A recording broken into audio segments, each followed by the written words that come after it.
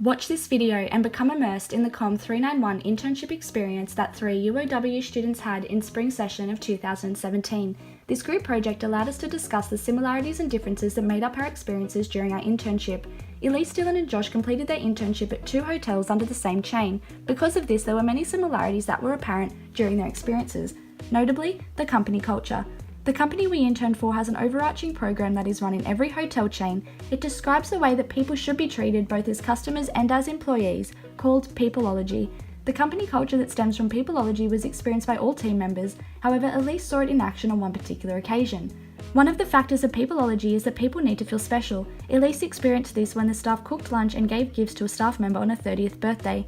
The gesture followed this Peopleology principle and made her feel valued and engaged. We learnt firsthand how important it is for company success to develop a strong and positive company culture that spans throughout the entire corporation. Elise and Dylan experienced a different organisational structure to what Josh had seen. Elise and Dylan worked within an organisation that was formed around the division of groups based on departmental roles. For example, Elise was based in the marketing and sales department, which was excluded from Dylan's department in the purchasing store. Thorman and Deal describe this concept as horizontal differentiation with a functional structure, seeking to optimise the skill sets within each department.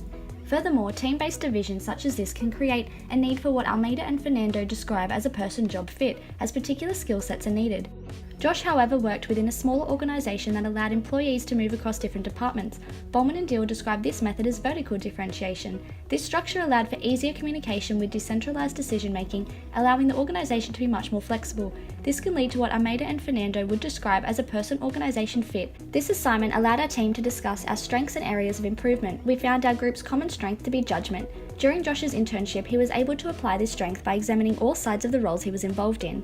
This enabled him to gain a better experience by not only learning what needed to be done, but understanding why it needed to be done and its impact on the company as a whole.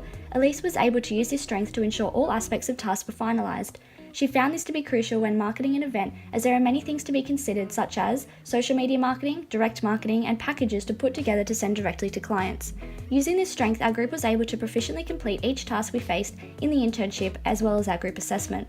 After comparing our group's character strengths, one area in need of improvement was creativity. Dylan found that he specifically struggled with this.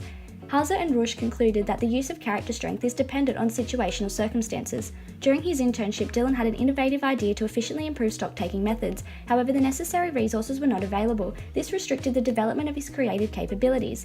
With greater knowledge of available resources, industry experience, and a profounder understanding within his role, he would be in a better position to show creativity in similar situational circumstances. As the future leaders in business, it is our generation's responsibility to ensure we continue to create groundbreaking movements towards creating a better society. We propose a method of equitable product sourcing based on the principles of corporate social responsibility. In this, organisations are encouraged to source from poorer communities while planting educational programs and scholarships. While taking advantage of cheap labour in the short run, organisations' involvement in these communities will contribute to economic development and an improved quality of life of the region in the long term. It is our responsibility to be moral integrative leaders who stand for equitable business. We need to make sure we take what Mac and Ples describe as an integrative responsible leadership style that can greatly influence the corporate culture within the organisation. With a positive influence, us and our generation can ensure groundbreaking movements towards gender equity, ethnic diversity, and a greater socially responsible approach towards the environment.